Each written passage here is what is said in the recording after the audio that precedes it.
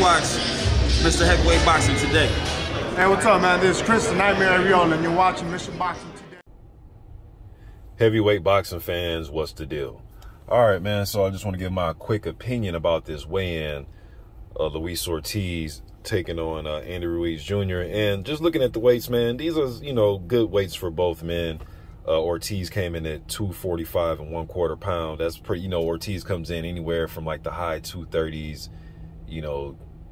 to about 245. So this is a good weight for him. That's one thing about Ortiz, man. They list him at 43 years old.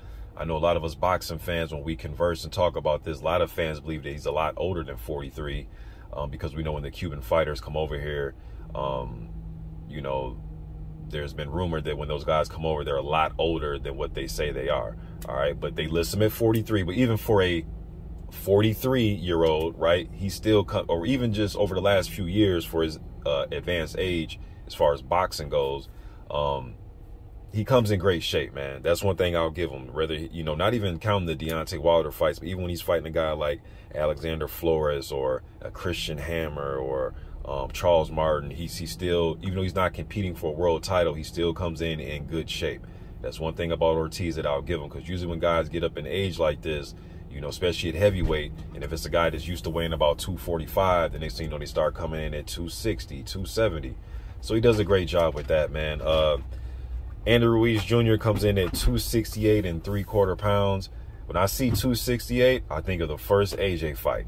You know what I'm saying? And for Ruiz, that's a good weight for him. I know he's added a lot of tattoos, so it's kind of hard to gauge, what his body, as far as like the definition, it's hard to gauge a little bit, but you can tell though he's a little bit svelte for this fight.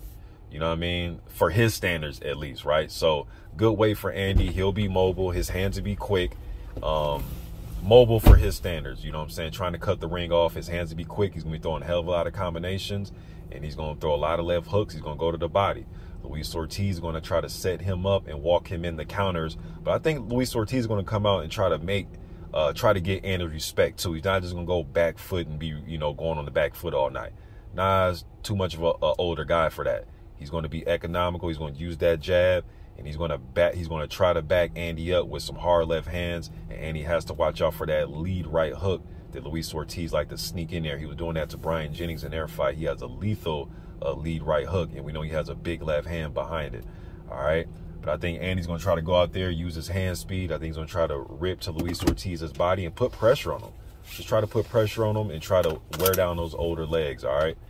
But as he goes to the body, he's going to leave that head open for counters. And that's one thing about Andy. He is there to be hit. He does move his head, but he's not going to be doing a lot of moving, right? He's not going to be Prime Ali or Larry Holmes moving around. He's going to be right there, ready to go to war. All right. But just giving my quick opinion about these weigh-ins, man. I think good weight for both gentlemen. I can't wait for fight night tomorrow. Kind of odd we're having it on a Sunday. Usually we have these fights on Saturdays, but nonetheless it's tomorrow. Just a quick video, man. You guys let me think in the comment section about the weigh-in. I'm gone.